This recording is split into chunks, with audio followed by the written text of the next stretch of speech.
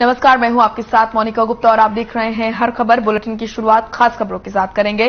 चंडीगढ़ में मुख्यमंत्री मनोहर लाल से कुलदीप बिश्नोई और भव्य बिश्नोई ने मुलाकात की और इस दौरान आदमपुर के मुद्दों को लेकर चर्चा हुई, जिसके बाद कुलदीप बिश्नोई ने कहा कि विकास कार्यों को लेकर भी बात की गई, जिसमें मुख्यमंत्री ने अधिकारियों को दिशा निर्देश दिए। हालांकि आदमपुर की जनता ने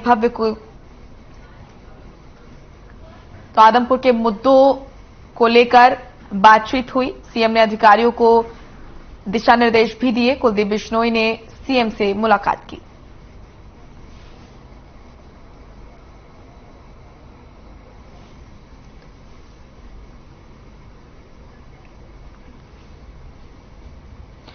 मुख्यमंत्री मनोहर लाल ने प्रदेश में लागू केंद्रीय योजनाओं की मंगलवार को समीक्षा बैठक की, जहां पर उन्होंने प्रधानमंत्री आवास योजना, प्रधानमंत्री ग्राम सड़क योजना, प्रधानमंत्री जीवन ज्योति योजना समेत कई मुद्दों पर चर्चा की। साथ ही आवश्यकता के अनुसार कदम उठाने के निर्देश भी दिए।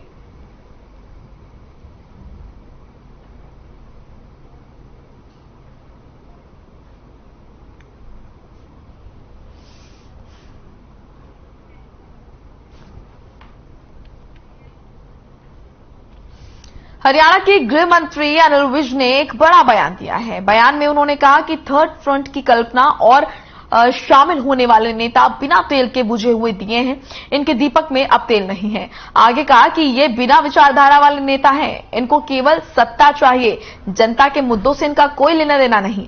अनिल विज ने कहा जनता इनको देख चुकी है और जान भी चुकी है, ये सभी बुझे हुए दिए हैं। वहीं कैथल में मिले RDX के बारे में उन्होंने कहा कि पुलिस इसकी गहनता से जांच कर रही है। साथ ही पता लगाया जा रहा है कि इनको कौन लाया और कहां पहुंचाया जा रहा था।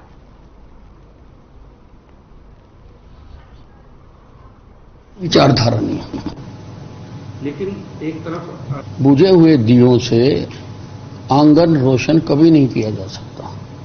ये जितने इकट्ठे हो रहे हैं, इन सबको जनता देख चुकी है, परख चुकी है और इनके दियों में तेल खत्म हो चुका। अब दिल बहलाने के लिए ये अपने ऐसा तमाशे करते रहते हैं, तो करते रहे, हमें कोई एतराज नहीं। लेकिन एक तरफ अभय चौटाला कहते हैं कि बिना भाजपा बिना कांग्रेस का गठबंधन होगा। ओम प्रकाश चौटाला कह रहे हैं कि उन्हें किसी से परहेज नहीं है, विपक्ष होना चाहिए सरकार के खिलाफ। मैं वही कह रहा हूं कि इनकी कोई विचारधारा नहीं है। लेकिन एक तरफ अभय चौटाला कहते हैं कि बिना पेहोवा में खेल मंत्री संदीप सिंह ने अपने कार्यालय पर खुला दरबार लगाया। दरबार में लोगों की समस्याएं सुनी, जिसके बाद अधिकारियों को निर्देश देते हुए समस्याओं का समाधान करने का निर्देश दिया। साथ ही उन्होंने कहा कि अब लोगों को अपनी फरियाद लेकर चंडीगढ़ जाने की जरूरत नहीं है।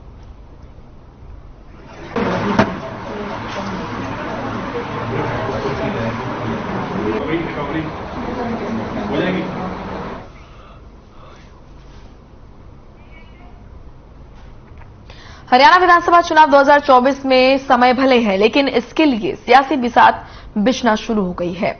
सत्ता पक्ष हो या विपक्ष, सभी अपनी अपनी रणनीतियों पर काम कर रहे हैं। बीजेपी हर मोर्चे पर अपनी तैयारी पूरी बता रही है। कांग्रेस भारत जोड़ो यात्रा के जरिए संगठन को मजबूती दे रही है, तो वहीं नेता प्रतिपक्ष भूपेंद्र सिंह हुड्डा का कहना है कि थर्ड फ्रंट कुछ है ही नहीं, न इसके लिए कोई गुंजाइश है। ये रिपोर्ट देखिए।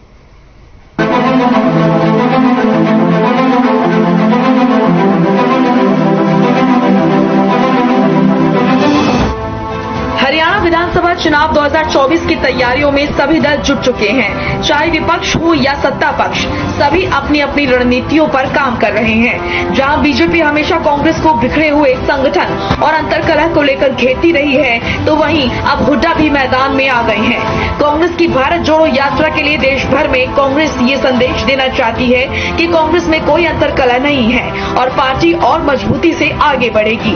वहीं प्रदेश में भारत जोड़ो यात्रा को लेकर नेता प्रतिपक्ष भूपेंद्र सिंह हुड्डा ने प्रेस कॉन्फ्रेंस की और बताया कि किस तरीके से देश और प्रदेश में कांग्रेस मजबूत हो रही है। साथ ही प्रदेश सरकार पर भी जमकर बरसे। हुड्डा ने बताया कि भारत जोड़ो यात्रा अच्छी चल रही है और हरियाणा में 12 दिन रहेगी, जल्द ही रूट फाइनल होगा। उन्होंने कहा कि मुश्तरका जमीनों का मसला गंभीर है। चकबंदी एक्ट में बदलाव की जरूरत है।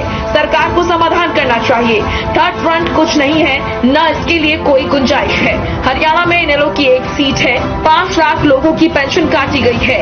पीपीपी यानी कि परिवहन पहचान पत्र पेंशन काटने के अलावा और कुछ नहीं है।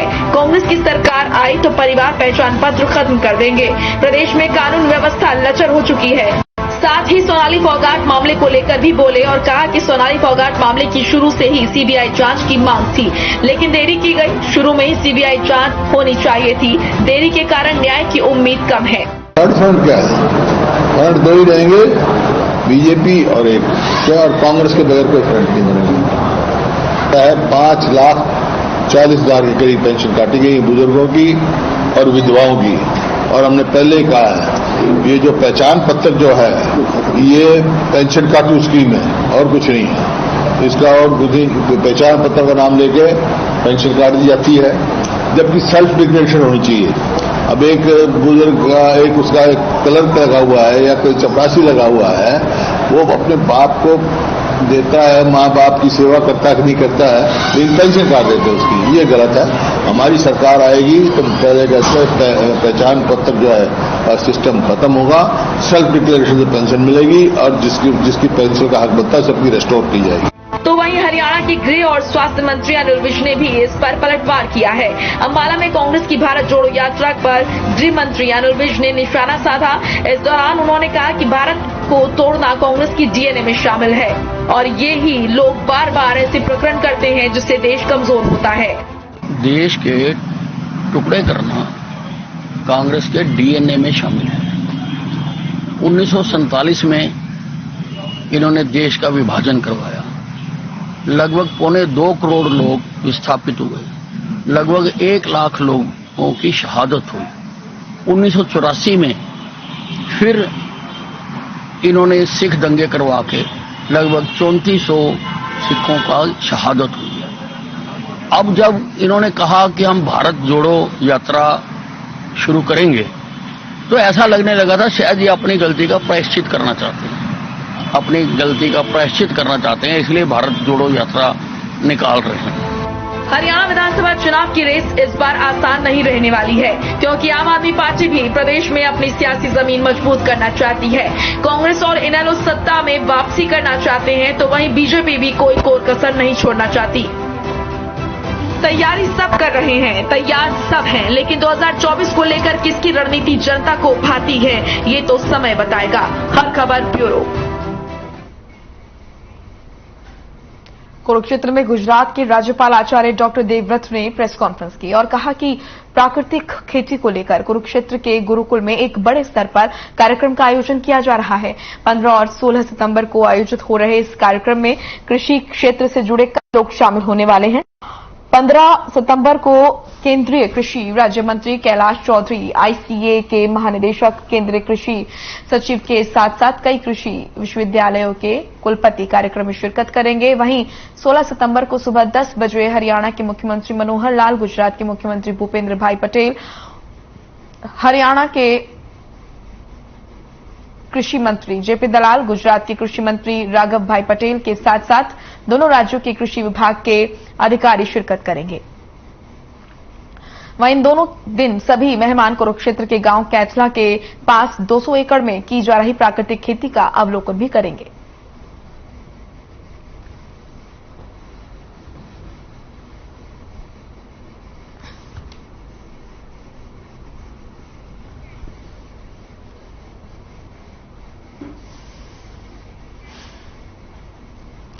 गुरुग्राम लीला होटल को बम से उड़ाने की धमकी देने वाला 25 साल का युवक एक स्पेशल चाइल्ड निकला। पुलिस ने कॉल किए गए नंबर की तहकीकात की तो पता चला कि चॉकलेट न मिलने से नाराज स्पेशल चाइल्ड ने होटल में फोन कर बम लगाने की बात कही। वहीं पुलिस मामले में नियमानुसार कार्रवाई करने की बात कह रही है। गुरुग्राम के 5 स्टार लीला होटल में बम की सूचना से हड़कंप मच गया। होटल के लैंडलाइन ऑपरेटर के पास बम की सूचना आई थी, जिसके बाद होटल में हड़कंप मच गया और होटल में ठहरे गेस्ट और स्टाफ को बाहर निकाला गया। बम निरोधक दस्ते को मामले की जानकारी दी गई और आनन फानन में फायर ब्रिगेड की गाड़ियां भी मौके पर पहुंच गई, लेकिन पुलिस की जांच में कुछ नहीं मिला। मॉल में स्थित लीला होटल गुड़गांव में एक कॉल सुबह लैंडलाइन फोन पर आई थी कि लीला होटल में बॉम्ब प्लांट कर दिया गया है। इस मामले में हम लोगों ने मौके पर जाकर अपनी bomb detection and disposal squad से सर्च ऑपरेशन चलाया, जिसमें कि एम्बुलेंस और फायर ब्रिगेड को मौके पर बुलाया गया। पूरे होटल को इवैक्यूएट करके और होटल की अच्छे से हम लोगों ने तलाशी की, पूरा सैनिटाइज किया होटल को, और जब होटल सेफ डिक्लेयर कर दिया गया तो उसके बाद सभी गेस्ट को होटल के अंदर भेज दिया गया था। मामले में इन्वेस्टिगेशन करते हुए हमने जो फोन नंबर आया था उसकी इन्वेस्टिगेशन करते हुए जब हम आगे बढ़े तो हमें पता लगा कि ये फोन नंबर जिसका है वो एक 25 साल का युवक है जो कि एक स्पेशल चाइल्ड है। हमने काउंसलर्स और डॉक्टर्स के थ्रू इस चीज को वेरीफाई किया और ये बात सामने आई कि बच्चा वाकई एक स्पेशल चाइल्ड है जो कि चॉकलेट ना मिलने की वजह से उसकी टीचर ने उन्होंने चॉकलेट देने का उससे प्रॉमिस किया था, लेकिन उन्होंने चॉकलेट नहीं दिया, जिसकी वजह से बच्चा बहुत ज्यादा गुस्से में था और उसने अपना गुस्सा निकालने के लिए यह तरीका अपनाया और होटल में फोन कर दिया। सोनीपत में रोडवेज बस चालक की हत्या के मामले में पुलिस ने 3 और आरोपियों को गिरफ्तार किया है। बताया जा रहा है कि आरोपी प्रांजल, विकास और कुणाल को पंजाबी बाग से गिरफ्तार किया गया। जानकारी के मुताबिक तीनों आरोपी अलग अलग जगहों पर छिप रहे थे और पुलिस ने आरोपियों को दिल्ली के पंजाबी बाग से गिरफ्तार किया। आरोपियों की गिरफ्तारी के लिए सरकार ने 50,000 रुपए का इनाम रखा है और पुलिस प्रशासन ने एसआईटी टीम गठित की थी। फिलहाल पुलिस 3 आरोपियों पर मामला दर्ज कर पूछताछ में जुट गई है।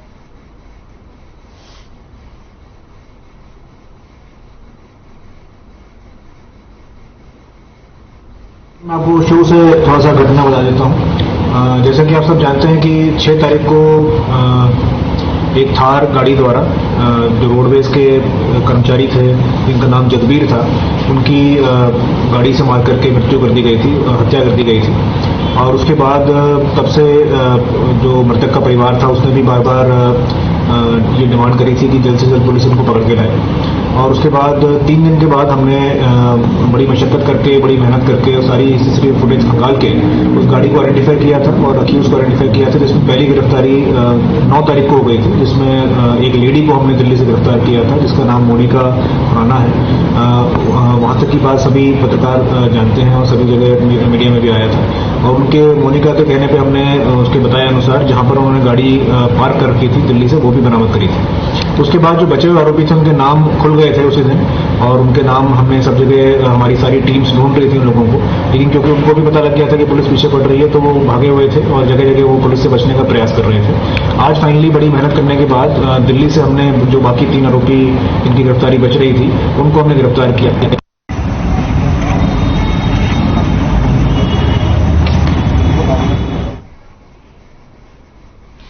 सोनीपत जिले में बदमाशों के हौसले बुलंद होते हुए नजर आ रहे हैं। बताया जा रहा है कि बदमाशों ने शख्स से लाखों रुपए की नकदी लूटकर मौके से फरार हो गए और सिक्का कॉलोनी स्थित बैंक के बाहर बाइक सवार बदमाशों ने वारदात को अंजाम दिया। जानकारी के मुताबिक शख्स बैंक में नकदी जमा करवाने आया था। उसी दौरान बाइक सवार बदमाशों ने करीब 3,50,000 की नकदी लेकर फरार हो गए। वहीं सूचना मिलते ही पुलिस मौके पर पहुंची और सीसीटीवी की मदद से इस पूरे मामले की जांच में जुट गई है।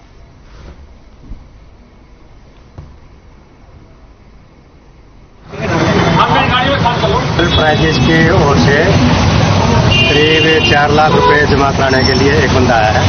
वो ICICI बैंक में उसने काउंटर पे पैसे रखी है और काउंटर पे पैसे रखने के बाद वो स्लिप पड़ने लगा इधर उधर देख बैठ के कुर्सी पे, तो पीछे से कोई आदमी आया है, वो कहते हुए मेरे पैसे चुरा के ले गया है। तो मैंने फुटेज देखी है तो पीछे से चुराता भी देखा है, अंदर बात करता भी देखा है। अभी इसके हम डिटेल निकाल रहे हैं कि क्या मामला पूरा क्या।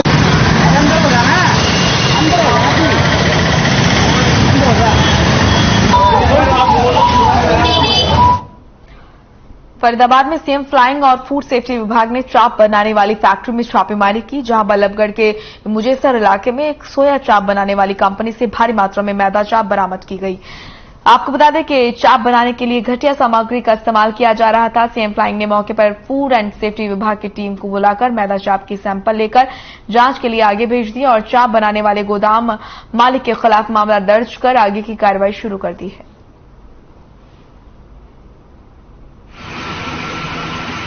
सीएम फ्लाइंग से सूचना मिली थी कि मुजेसर एरिया में यहाँ पर चाप बनाने का काम चल रहा है, और इसी के आधार पर हम यहाँ पर आए थे। और यहाँ पर एक मुजेसर इंडस्ट्रियल एरिया है, यहाँ पर एक प्रीमाइसिस मिला है हमें, यहाँ पे जहाँ चाप बनाने का काम चल रहा था, तो उसी के हमने सैंपल ले लिए।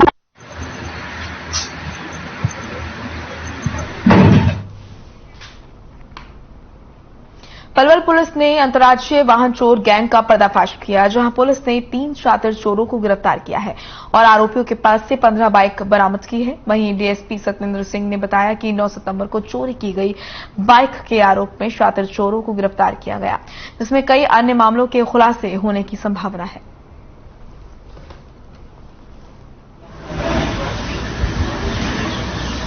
देखिए, पुलिस अधीक्षक पलवल श्री राजेश दुग्गल जी की जो नेतृत्व में समय समय पर जो वाहन चोरी है उस पर अंकुश लगाने के लिए चेकिंग की जाती है, और जिसके फलस्वरूप जो स्पेशल डिटेक्टिव स्टाफ है उसके इंचार्ज सब इंस्पेक्टर सुरेश ने दुर्गापुर रोड पर नाका लगा रखा था, और दौरान नाकाबंदी उन्होंने एक व्यक्ति को राउंड अप किया जिसका नाम आशिक सन ऑफ ताहिर है, जिसके कब्जे से 3 बाइक बरामद हुई है। ले लो बस। पलवल नागरिक अस्पताल में कायाकल्प टीम ने सफाई व्यवस्था को लेकर औचक निरीक्षण किया। इस मौके पर टीम को सफाई व्यवस्था को लेकर कई खामियां मिली, जिसको लेकर उन्होंने स्वास्थ्य विभाग अधिकारियों को आवश्यक निर्देश दिए। इस बीच गुरुग्राम से आई कायाकल्प टीम का नेतृत्व कर रही डॉक्टर नीलिमा ने बताया कि अस्पताल में कई खामियां देखने को मिली हैं, जिसे लेकर विभाग के अधिकारियों को निर्देश दिए गए हैं।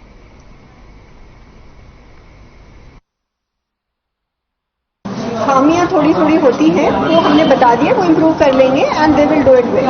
It is okay from our side. ज्यादा कोई सीमा नहीं है, थोड़ा सा ही काम है, आज शाम तक वो कर देंगे। कहीं पे से कुछ कुछ उतारना है और कुछ कुछ इम्प्रूव करना है, that will be done.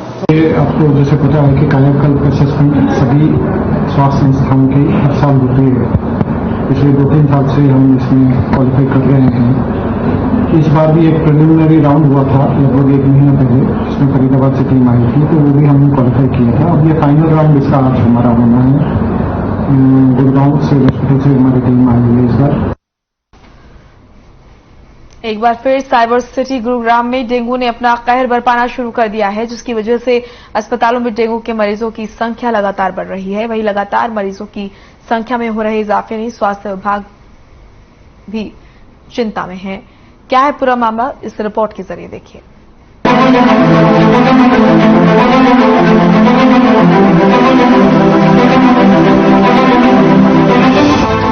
Cyber city Gurugram में डेंगू ने अपना कहर बरपाना शुरू कर दिया है। स्वास्थ्य विभाग के आंकड़ों पर गौर करें तो जिले में रोजाना सैकड़ों लोगों का सैंपल कलेक्ट किया जा रहा है। सरकारी आंकड़ों पर गौर करें तो जिले में 23 लोगों में डेंगू की पुष्टि हो चुकी है। डेंगू को लेकर सिविल सर्जन ने गुरुग्राम वासियों से अपील करते हुए कहा कि तेज बुखार होने पर नजदीकी स्वास्थ्य केंद्र में जाकर डॉक्टर्स की सलाह लें। बुखार से राहत पाने के लिए पानी की पट्टी रखें या फिर पैरासीटामोल का भी सेवन करें। जो फोगिंग करेंगी, और अदरवाइज जो हेल्पलाइन नंबर जो फोगिंग के लिए 1800, 180, 1870 जारी किया गया, या जहां केस पॉजिटिव आएगा डेंगू का उस एरिया में फोगिंग करना भी सुनिश्चित करेंगे। बिल्कुल, डेंगू का मैंने बताया ना सीजन होता है, और ऐसे टाइम पर खास करके आपको छोटे बच्चे या जो बुजुर्ग हैं उनको ज्यादा ध्यान देने की जरूरत है, क्योंकि इनमें डेंगू की सीवियरिटी भी ज्यादा हो सकती है। ऐसे में अब खास करके डेंगू का मच्छर जो है वो डे बाइट भी होती है, और मच्छर आपके घर में घुसता कब है उस टाइम को अवॉइड करना चाहिए। खास करके इवनिंग में ये आपके घर में घुसता है और डे में आपको बाइट करता है। तो एक संभवतः मौसम भी इतनी गर्मी नहीं रही है, तो फुल बाजू के आप कपड़े पहने, जब तक हो सके मॉस्किटो रेपेलेंट्स का यूज करें। 5 सालों बाद गुरुग्राम में डेंगू ने अपना रौद्र रूप दिखाया है। कोरोना काल में डेंगू के मामलों में कमी आई थी, लेकिन एक बार फिर से सिविल अस्पताल में डेंगू के लक्षण वाले मरीजों की तादाद बढ़ने लगी है। वहीं जिले में डेंगू से एक बच्ची की मौत भी हो गई है, लेकिन स्वास्थ्य विभाग इसकी पुष्टि नहीं कर रहा है। गुरुग्राम में जिस तरीके से डेंगू के मामलों में इजाफा हो रहा है, तो इससे ये डर लगातार बना हुआ है कि साइबर सिटी में कहीं डेंगू आउट ऑफ कंट्रोल ना हो जाए। हर खबर के लिए गुरुग्राम से सुशील सिंह की रिपोर्ट।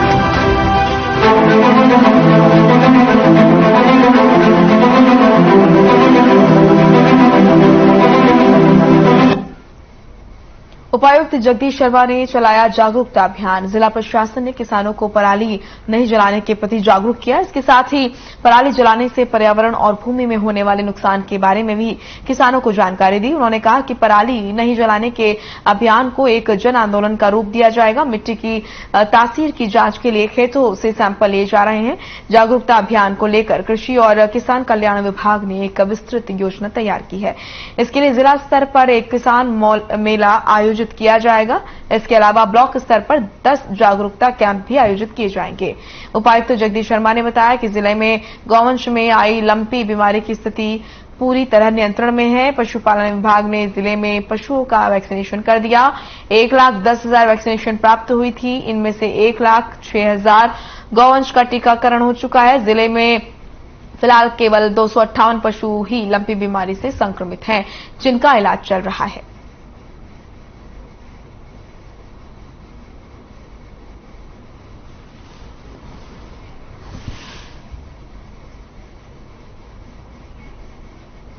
एनजीटी और हरियाणा सरकार के आदेश पर पॉलिथीन को बैन कर दिया गया है, जिसको लेकर शाहबाद के बाजारों में विशेष चेकिंग अभियान चलाया गया। आपको बता दें कि बाजार के अंदर कई जगहों पर एनजीटी के आदेशों के बावजूद भी पॉलिथीन का इस्तेमाल किया जा रहा था, जिसके बाद एसडीएम और थाना प्रभारी देवेंद्र कुमार के नेतृत्व में जागरूकता अभियान चलाया गया। इस दौरान एसडीएम कपिल शर्मा ने कहा कि दुकानदारों का पॉलिथीन रखने पर 7,000 रुपए के चालान काटे गए। वहीं दुकानदारों को पॉलिथीन का उपयोग न करने की बात कही गई।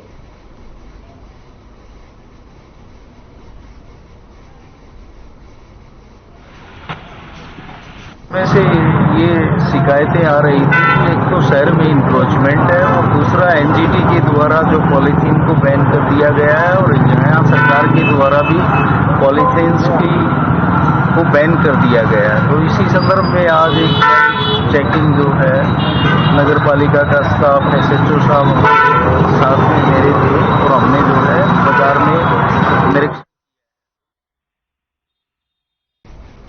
चलिए फिलहाल इस बुलेटिन में इतना ही। आप देखते रहिए हर खबर। नमस्कार।